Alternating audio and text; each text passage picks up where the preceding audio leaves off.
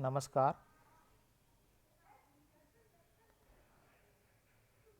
अब तक हमने मानव पर्यावरण संबंधों के बीच में निश्चयवाद, संभववाद और नवनिश्चयवाद के बारे में सामान्य जानकारी हासिल की।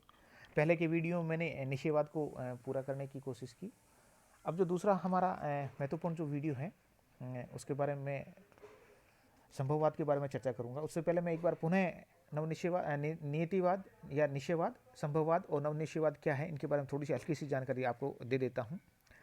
नीतिवादी विचारधारा के अनुसार प्राकृतिक वातावरण सर्वशक्तिमान है और उसका जो प्रभाव है किसी न किसी रूप में मानव के रूप में, मानव क्रियाकलापों पर अवश्य पड़ता है। इससे जो ये विचारधारा है के अनुसार जो मानव की संपूर्ण क्रियाएं हैं उनके भौतिक वातावरण पर प्रभावित एवं नियंत्रित होती है। वातावरण की तुलना में मानव की जो शक्तियां हैं वो प्राय महत्वहीन और अप्रभावी होती हैं, ऐसा नीतिवादी समर्थक मानते हैं। यह मत मानना है कि निश्चयवाद की कि मानव की जो शरीर की रचना है उसके अनुसार उसके विचार, सामाजिक संगठन, धर्म, परंपराओं, रीति रिवाज, भौतिक वातावरण का प्रभाव इन पे निश्चित रूप से मुख्य रूप से देखने को मिलता है इनका।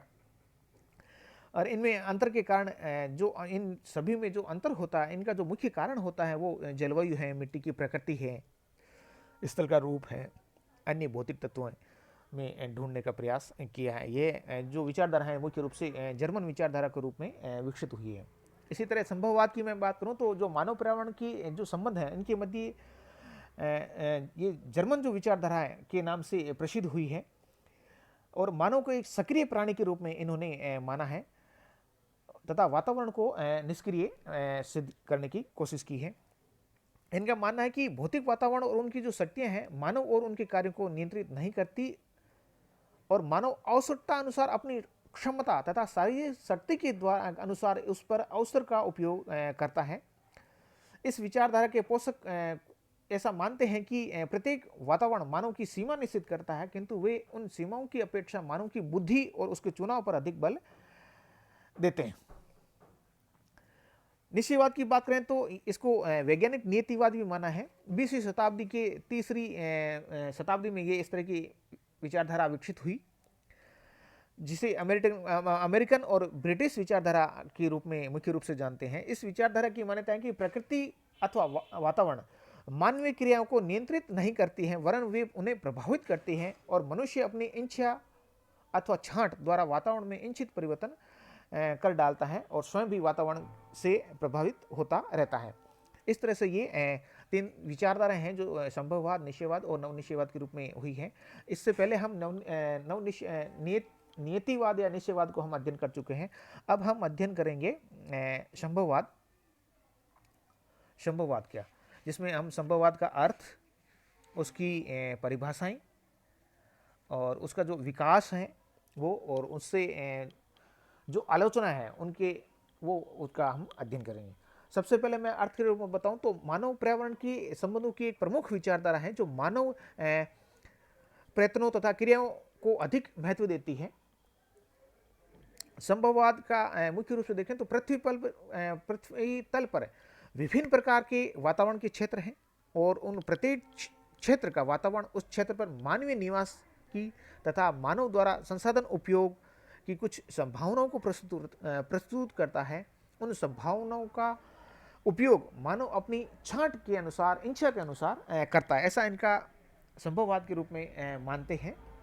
परिभाषा के रूप में देखें तो प्रकृति में कहीं भी अनिवार्यता नहीं है बल्कि सर्वत्र संभावनाएं हैं और मनुष्य इन संभावनाओं का स्वामी है और उनका उपयोग करके अपने निर्णय के अनुसार कार्य करता है।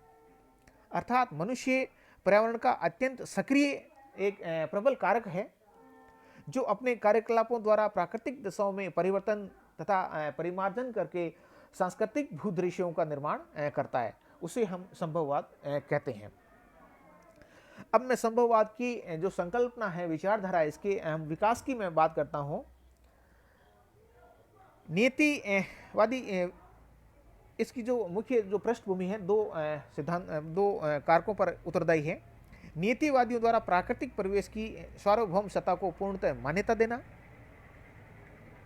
विश्व के कुछ भागों में, जिनमें पश्चिमी यूरोप है, उत्तरी अमेरिका है, दक्षिण पूर्वी ऑस्ट्रेलिया है, न्यूजीलैंड में यूरोपवासियों द्वारा एवं तत्पश्चात जापान द्वारा आश्चर्यजनक गति से विकास करना, ऐसे विकास की पृष्ठभूमि से ही मानव की सांस्कृतिक दृश्य भूमि को तीव्र गति से महत्ता मिली है। ये दो ऐसे कारक रहे हैं जो संभववाद के लिए विचार प्रभावी विकास को आरंभ किया। निश्चयवादी की जो कट्टरता थी, उनका समर्थन की प्रकार जो प्रतिक्रिया तत्काल इसके विरुद्ध में होने लगी और धीरे धीरे संभववाद के रूप में हम इसकी संभववाद को देखते हैं। जैसे नीतिवादियों ने कहा कि मानव प्रकृति का दास है, मानव पर प्रकृति का पूर्ण नियंत्रण है, मानव मोम का पुतला है, आदि कथनों से अतिशयोक्तिपूर्ण ही इन्होंने माना और जिसके फलस्वरूप ये संभववादी जो विचारधारा है उसका विकास हुआ। सबसे पहले मैं लुसियन फेब्रे की बात करता हूँ। अनेक भूगोलवेता हुए, संभववादी जो प्रमुख विद्वान हुए हैं, उन्होंने अपने अपनी संभववाद की समक्ष में पक्ष रखे और अपने विचार रखे। लुसियन फेब्रे हैं, ये फ्रांसीसी इतिहासकार थे और मानव की क्रियाकलापों का महत्व देने वाली विचारधारा को इन्होंने संभववाद नाम दिया। ध्यान रखने की बात है, लुसियन फेब्रे संभववाद का नाम, अर्थात संभववादी विचारधारा का ये समर्थन वातावरण के नियंत्रण को स्वीकार नहीं करता है, वह मानव की दक्षता तथा क्षमता को स्वीकार करता है। फेब्रे ने ही इस नवीन विचारधारा को संभववाद का नाम प्रदान किया और विश्व में सर्वप्रथम संभववाद शब्द फेब्रे द्वारा ही दिया गया। इनकी महत्वपूर्ण पुस्तक है जियोग्राफिकल इंट्रोडक्शन टू हिस्ट्री में इस सिद्धांतों का विशद इन्होंने विवेचन भी किया। इनका मानना था कि प्रकृति में सर्वत्र संभावना है, मनुष्य इन संभावनाओं का स्वामी है तथा उनका उपयोग अपने निर्णय के अनुसार करता है। प्रकृति मनुष्य को किसी निश्चित मार्ग पर चलने को बाध्य नहीं करती है, वह मनुष्य को अनेक अवसर प्रदान करती है जिसका चयन मनुष्य स्वतंत्र रूप से कर सकता है। इसके बाद में विडाल डिला ब्लास हैं, जो फ्रांस में भूगोल के पिता में, मानव भूगोल के प्रेरणाता, संभववाद विचारधारा को पूर्ण रूप से विकसित करने वाले विद्वान विडाल डिला ब्लास के रूप में जाने जाते हैं। ये ब्लास संभववाद के मतलब कट्टर समर्थक थे और इन्होंने जो मानवीय क्रियाओं के अध्ययन की आवश्यकता माना, जिसमें प्रकृति को एक सलाहकार से अधिक नहीं, अर्थात nature is never more than adviser. इन्होंने सार्वभौमिकता नियम को व्यक्त करते हुए संभववाद का भरपूर पोषण किया और उनके अनुसार प्राकृतिक वातावरण के तत्व एक दूसरे से अंतर्निहित है, उनके अंतर संबंधों का परिणाम उनके पारस्परिक संबंध है। मानवीय जो क्रियाओं को सार्वभौमिक एकता में मुख्य रूप से सम्मिलित किया जाता है, किंतु मानवीय कार्य काव्य द्वारा निर्धारित नहीं होते। इस प्रकार मानव की कार्य एक भौगोलिक कार्य के रूप में है जो क्रियाशील व निष्क्रिय दोनों ही है।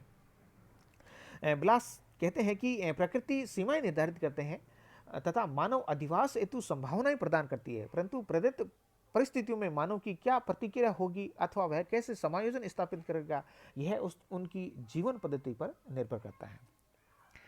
जीन ब्रुन्स की बात करूं तो ब्रुन्स ब्लास का शिष्य था और इन्होंने फ्रांसीसी भूगोलवेताओं में भी संभववादी विचारधारा को विकसित करने में अपना महत्वपूर्ण योगदान दिया और ये निश्चयवाद के विरोधी थे। इनकी मान्यता थी कि यदि मानव को अपने वातावरण में रहकर कार्य करना पड़ता है, परंतु इसका अर्थ यह कभी नहीं है कि वह पर्यावरण का दास है। फिर मैं बात करूं ईसा बोमेन की। ईसा बोमेन अमेरिका में भूगोल की वर्तमान विचारधारा अधिकतर ईसा बोमेन के ग्रंथों में इन विचारों को देखते हैं। इनका प्रसिद्ध ग्रंथ है न्यू वर्ल्ड जो 1921 में था। इसमें इन्होंने इस बात का समर्थन किया कि प्राकृतिक तथ्यों मानव वर्ग संपर्क से परिवर्तनशील हो जाता है, जैसा मानव स्वयं भी परिवर्तनशील है। प्राकृतिक वातावरण में मानव द्वारा किए गए मृदा में आदि में परिवर्तन करता है, जैसे पहाड़ी क्षेत्रों में सीढ़ी नुमा खेत बनाना, रेफ्रिजरेटर, एयर कंडीशनर द्वारा तापमान को सुविधा अनुकूल बनाना, ठंडे प्रदेशों में हीटर अथवा घरों को गर्म करना, शुष्क प्रदेशों भागों में सिंचाई की सुविधाएं उत्पन्न करना, उर्वरकों द्वारा मृदा की उर्वरता में वृद्धि करना आदि महत्वपूर्ण तथ्य इन्होंने दिए हैं। इसी तरह कार्ल ओ सावर हैं, ये अमेरिकन भूगोलवेता हैं और सांस्कृतिक भूगोलवेता के भूगोल के जन्मदाता हैं। इनके अनुसार मानव के सांस्कृतिक समूह प्राकृतिक भूदृश्यों को सांस्कृतिक भूदृश्यों में बदल देते हैं। इनके अनुसार प्राकृतिक क्षेत्र माध्यम होता है और सांस्कृतिक भूदृश्य अंतिम परिणति होती है। आगे चलकर ये मुख्य रूप से लिखते हैं कि इस तथ्य की प्रधानता संभववादी विचारधारा में आवश्यक प्रतीत होती है कि एक संभववादी इसकी पूर्णता सहमत नहीं है कि वातावरण मानव को सर्वथा प्रभावित करता है। यह जानना आवश्यक है कि वातावरण जनित जो प्रभाव की शक्ति की जो स्वीकृति है उससे बिल्कुल भिन्न है, जो पूर्णतः निश्चयवादी विचारधारा को स्वीकार करती है। इसी तरह रसेल स्मिथ हैं, जिन्होंने अपनी पुस्तक इंडस्ट्रियल एंड कॉमर्शियल ज्योग्राफी में अपने संभववादी विचार दिए। इन्होंने कुछ निष्कर्ष रूप में ये माना कि संभववादी नियतिवादियों की भांति सार्वभौमिक एकता एवं परिवर्तन के सिद्धांत को मानते हैं। अंतर केवल इतना है कि नियतिवादी प्रकृति को प्रथम स्थान देते हैं, जबकि संभववादी मनुष्य की क्रियाओं को महत्वपूर्ण स्थान देते हैं। फिर वो ये कहते हैं रसेल स्मिथ कि मानव स्वभाव का पर्यावरण वातावरण पर प्रभाव पड़ता है। मनुष्य अपने स्वभाव के अनुरूप वातावरण में परिवर्तन ला देता है और उसकी अवहेलना भी कर सकता है। इसी तरह आज के वैज्ञानिक तकनीकी युग में विकास के फलस्वरूप प्राकृतिक वातावरण को संशोधित नहीं बल्कि परिवर्तित भी किया जा सकता है। इस तरह वो एक और भी कहते हैं कि जो वातावरण की शक्तियों को भी महत्वपूर्ण स्थान दिया किंतु अधिकार नहीं है। इसके अनुसार वो कहते हैं कि प्रकृति योजनाएं तैयार करती है और मनुष्य अपनी बुद्धि विवेक से उस पर कार्य करता है।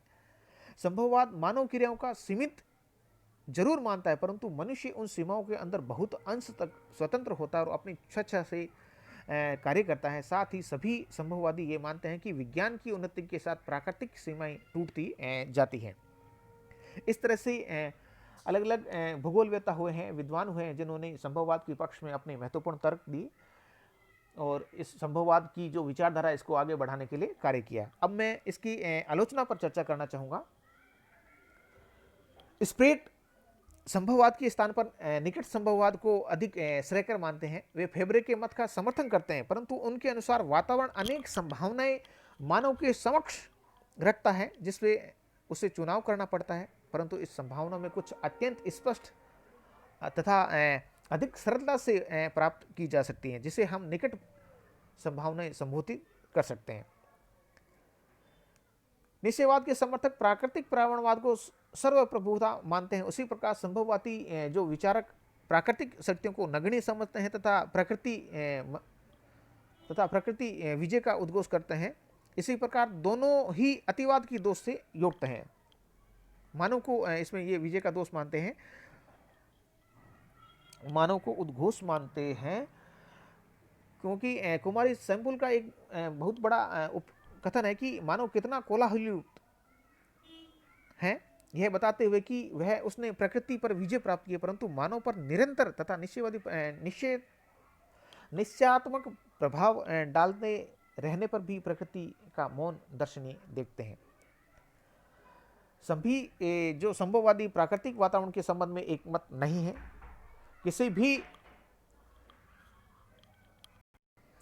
किसी की मान्यता है कि प्रकृति मनुष्य के लिए सुअवसर प्रदान करती है, तो कोई कहता है कि मानव के समक्ष यह एक योजना प्रस्तुत करती है, तथा अन्य कई ऐसे कथन हैं जैसे प्रकृति एक ऐसा कार्य क्षेत्र है जिसकी निश्चित सीमाएं नियत है तथा जिसमें मनुष्य लगभग स्वतंत्र सा है।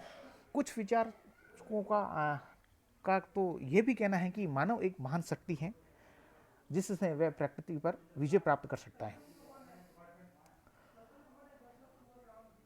ब्रुन्स इस विचारधारा को स्पष्ट करते हुए कहते हैं कि चूंकि मानव पृथ्वी पर निवास करता है, वह पृथ्वी पर निर्भर है, किंतु वस्तुतः न तो प्राकृतिक शक्तियां ही सर्वशक्तिमान है और न ही मानव की प्रकृति पर पूर्ण विजय प्राप्त कर सकने वाली शक्ति है। इसी तरह संभववादी विचारधाराओं कुछ और मान्यता है, जैसे प्रकृति वातावरण में कुछ संभावनाएं निहित है जिसका चयन और विकसित करना मानव की इच्छा पर निर्भर करता है, चाहे वे इन संभावनाओं को दृष्टि से परे भी कर सकते हैं या मानव मानव के कार्यों की गतिविधियों की जानकारी कुछ पहले से नहीं की जा सकती, क्योंकि कुछ विशेष वातावरण का प्रभाव कुछ विशेष वातावरण का प्रभाव उनके कार्यों पर क्यों पड़ेगा। इससे कुछ सामान्य परिणामों पर पहुंचा जा सकता है। संभववाद वातावरण के प्रभावों से विरक्त नहीं रखता है तथा मानव को चुनाव अपनी इच्छा व क्षमता प्रदान करता है तथा इस चुनाव में भी विभिन्न दशाओं के अंतर को स्वीकार करना है। अतः ध्रुवों पर केले नहीं उगा सकते, न ग्रीनलैंड में अनानास। फेबरे ने मानव शक्ति को महत्ता प्रदान करते हुए लिखा है कि मानव स्वयं को पूर्णता कदापि उस वातावरण से जिसका प्रभाव उस पर पड़ता है विच्छिन्न नहीं कर सकता है। इसी दृष्टिकोण से वह भौगोलिक परिस्थितियों को न्यून या अधिक अपने ही स्वरूप के अनुसार उपयोग में लाता है तथा उन भौगोलिक संभावनाओं का पूर्णतः यथासाध्य कम या अधिक लाभ उठाता है। संभववाद का सिद्धांत तथा उनका जो दार्शनिक आधार है बहुत ही कमजोर होता है। इन दोनों विषम विचारों के मध्य की एक स्थिति होती है। कई संभववादी विचारकों को पाते हैं कि कुछ वे कठोर विचार नहीं रखते हैं, बल्कि ये कहते हैं कि प्रकृति और मनुष्य दोनों ही महत्वपूर्ण हैं। मनुष्य जटिल से जटिलतम परिवर्तनों को लाने में समर्थ है, परंतु उसे प्राकृतिक नियमों का सदैव पालन करना पड़ेगा। इस प्रकार हम देखते हैं कि न तो प्राकृतिक शक्तियां ही सर्वशक्तिमान है और न ही मानव प्रकृति पर पूर्ण विजय प्राप्त कर सकने में समर्थ है। भूगोल का उद्देश्य प्राकृतिक एवं मानवीय शक्तियों में सामंजस्य स्थापित करना है ताकि दोनों में मेल हो। यह उद्देश्य कदापि नहीं होना चाहिए कि एक दूसरे को बलपूर्वक नियंत्रित किया जाए। वास्तव में हमारा सिद्धांत न तो प्रकृति पर विजय का है न ही उसकी दासता का, बल्कि उसके प्रकृति के साथ सहयोग स्थापित कर उन्नति करने का महत्वपूर्ण स्थान रखता है। धन्यवाद।